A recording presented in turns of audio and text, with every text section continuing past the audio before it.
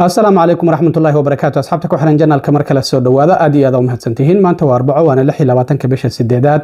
أغسطس سنة كلا كون يلحي لباتن ك مقال كما حربينا إنه كل وذاقو وزارة أرمها دبادة مريكان كهو شلي كل واقعي إلا كان سلاي دمان بدتكي انترفيو ذا دينا فيزياشا وبلانسانا سفارة مريكان كل يهي جود أهان عالمك حدا بس سببتها لو كان سلاي بلامه انترفيو ذا أما ورئيسية دتك لغا قادي لها maxay tahay ayaan rabaa inaan idin la wadaago iyo waliba arintan oo ku soo beegantay 5 maalin kadib markii garsoore federaal ah uu maamulka madaxweyne Trump uu ku yiri ganaaxa dhinaca aad ku soo roteen dadka viisayaasha 75 wadan la siin lahaa in ay sharci darro tahay ayuu garsoorahaasi uu yiri arintaasina waan idin la wadaagaya gabadhii la ratay Lindsey Graham oo horaantii bishii hore geeriyooday ayaa waxay ku guuleysatay doorashooyinka Israa'iilka ee shalay ka dhacay gobolka South Carolina haddaba madaxweyne Trump ayaa si weyn u taageeray isla markaana November haweeney dimuqraadiyada ay la tartami doontaa oo xisbiga dimuqraadiga ka socota aan ogeyn 5 maalin ka hor jimcihii la soo dhaafay garsoore maxkamad federaal oo fariistay New York in maamulka madaxweyne Trump uu ku sheegay in ay sharci darro tahay sababta 75 wadan in viisayaashooda la process gareeyo siyaasadaasi oo madaxweyne Trump uu ku soo rogay 75 wadan in ay sharci darro tahay ayaa garsoorahaasi uu sheegay isla markaana ay dhaafsiisan tahay awoodda wasiirka arrimaha dibadda ee Marco Rubio arintaas markii ay soo baxday kadib ayaa maalnimadii shalay ahayd haddana waxaa soo baxay in wasaaradda arrimaha dibadda ee Mareykanka ay hakad gelisay dhammaanba viisayaasha ama ballamihii dadka viisayaasha u ballansanaa ee safaaradaha iyo qunsuliyadaha Mareykanku uu ku leeyahay guud ahaan caalamka waxana wasaaradda arrimaha dibadda ee Mareykanka ay xaqiijisay in dadkaasi ballamahooda mar kale dib loogu qaban doono sabab la xiriira tababar la siinayo shaqaalaha safaaradaha iyo qunsuliyadaha Mareykanku uu guud ahaanba caalamka uu ku leeyahay waxana wasaaradda arrimaha dibaddu ay xaqiijisay in ay bilowday tababar ballaaran oo la siinayo dhammaanba shaqaalaha safaaradaha iyo qunsuliyadaha Mareykanku uu ku leeyahay guud ahaanba caalamka taasina ay sababtay in dib loo dhigo ballamihii dadka viisayaasha u ballansanaa interviewdii laga qaadi lahaa sabab la xiriira si waqti loogu helo tababarkaasi la siinayo shaqaalaha safaaradaha iyo qunsuliyadaha Mareykanku uu ku leeyahayba guud ahaan caalamka haddaba tababarkan muxuu yahay marka shaqaalaha safaaradaha iyo qunsuliyadaha Mareykanku uu ku leeyahay guud ahaan caalamka la siinayo maxaa looga gol leeyahay arintan waxay qusaysaa arintii public charge oo dawladda Mareykanku ay ku dhawaaqday oo ah dadka marka Mareykanka ay yimaadaan caawinaada dawladda ku tiirsan sida in kaar caafimaad la siiyo sida in guri laga bixiyo sida in kaar cunto la siiyo sida lacag kaasha in la siiyo dadkaasi ayaa la doonayaa in shaqaalaha safaaradaha iyo qunsuliyadaha Mareykanku uu ku leeyahay guud ahaan caalamka loo tababaro in marka interviewga laga qaadayo dadkaasi viisayaasha dalbanayaba in su'aalahaasi la weydiiyo haddaba marka waxa ay sheegtay wasaaradda arrimaha dibadda in shaqaalaha safaaradaha iyo qunsuliyadaha loo tababari doono sidii ay u ogaan lahaayeen dadka viisayaasha dalbanaya kuwaasi oo laga yaabo inay noqdaan kuwa ku tiirsan caawinaada dawladda Mareykanku ay bixiso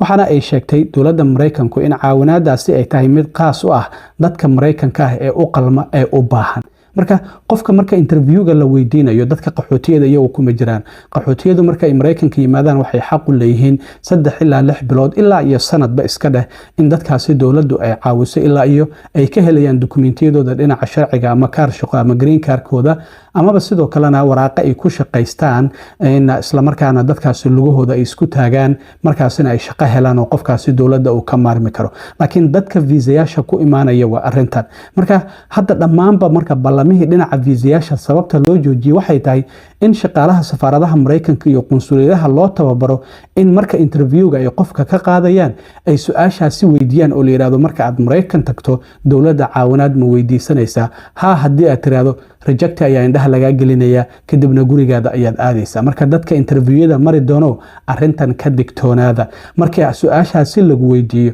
waxa tiraahdaa warmaya Mareykanka marka tago wadan ay shaqo taalo waayo waa shaqaysanaya horay ayaan shaqo ka aadaya laakiin haddii aad tiraahdo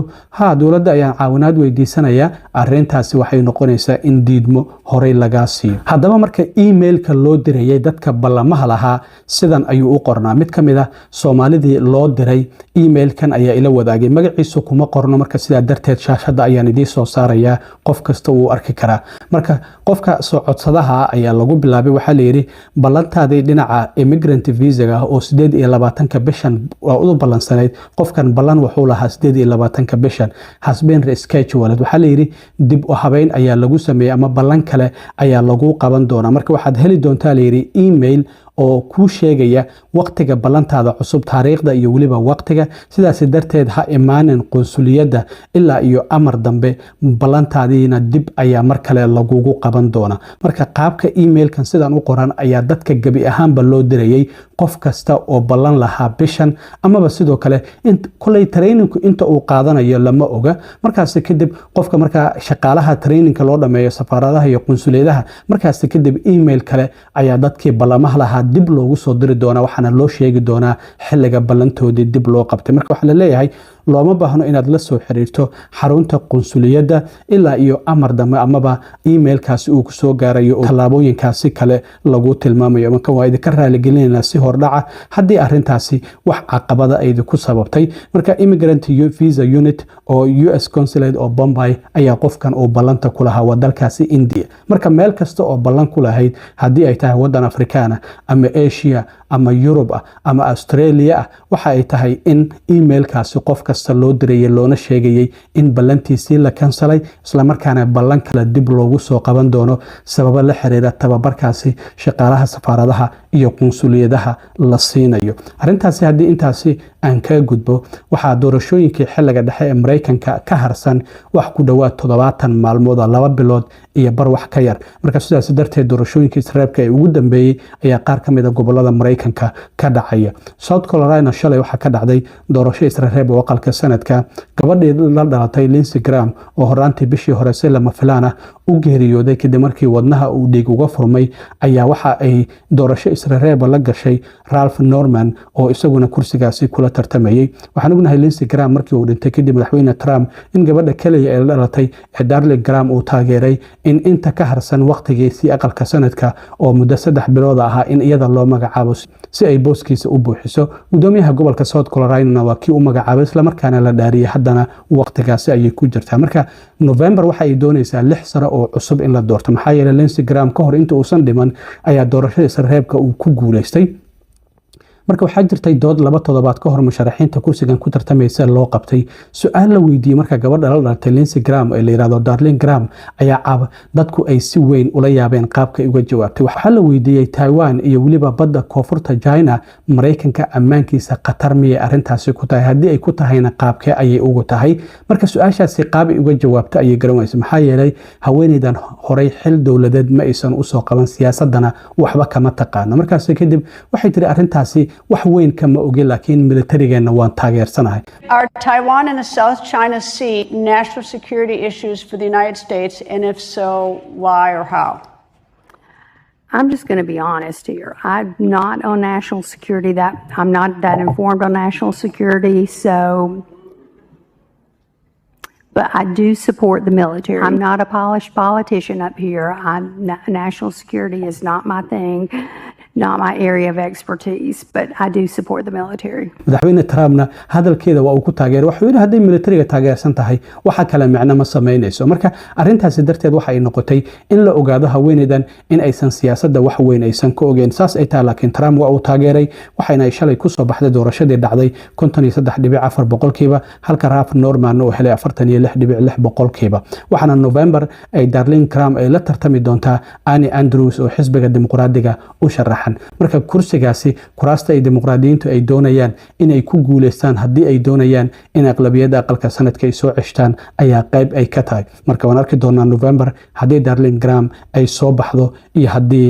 haweeneyda dimuqraadiga Annie Andrews ay ku soo baxdo kursigaasi aad iyo aad u mahadsantiin asxaabta intaan mar kale kulmi doono waa saaxiibkeen cilmi waaro idin la sida iyo nabadgelyo